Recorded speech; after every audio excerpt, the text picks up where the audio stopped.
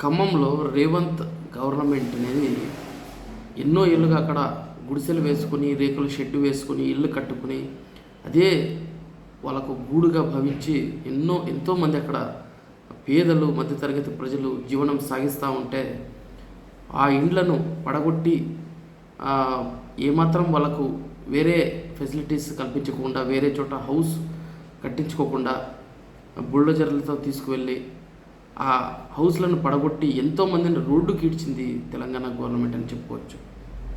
కనీసం ఒక ప్రభుత్వం అనేది ఎందుకు ఏర్పడింది అంటే ప్రజల బాగోగులను చూసుకోవడానికి తప్ప, వాళ్ళ గోడును వాళ్ళ ఏడ్చేలా ప్రభుత్వం ఎప్పుడైతే బిహేవ్ చేస్తుందో అక్కడ ప్రభుత్వం విఫలమైనట్లని మనం చెప్పుకోవచ్చు.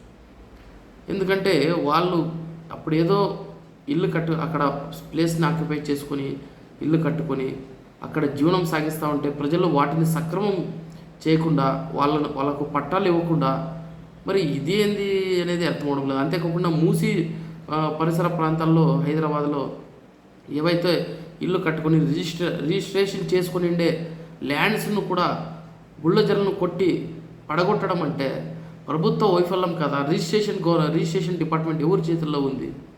గవర్నమెంట్ చేతుల్లో కదా. మరి రిజిస్ట్రేషన్ ఎలా చేశారా ల్యాండ్ ఒకవేళ మూసీ నది బఫర్ జోన్లో ఉంటే? దీనికి ఎవరైతే బాధ్యులు ఉండో వాళ్ళని లోపల వేయాలి. అంతేకాకుండా ఒకవేళ మీరు ఆ ల్యాండ్స్ని మీరు ఆక్యుపై చేయాలనుకుంటే బఫర్ జోన్లో ఉండే వాటిని వాళ్ళకు తగిన పరిష్కారం ఇచ్చి మీరు ఆక్యుపై చేయాలి. కానీ ఒక్కసారిగా ఏకాఏకి అక్కడ పోయి హౌస్ను పగలగొట్టి వాళ్ళను రోడ్డుకి ఈడ్చేయడం అంటే ప్రజల సంక్షేమం పైన మీకున్న చిత్తశుద్ధి అంటే ప్రజలకు అర్థమవుతూనే ఉంది. ఇది ప్రభుత్వమా లేక గుండా రాజ్యమా అనేలాగా ప్రజలకు మీరు గుర్తు చేస్తూ ఉన్నారు. దీనికి తగిన మూల్యం చెల్లించుకోక తప్పదంటూ కూడా మనం చెప్పుకోవచ్చు.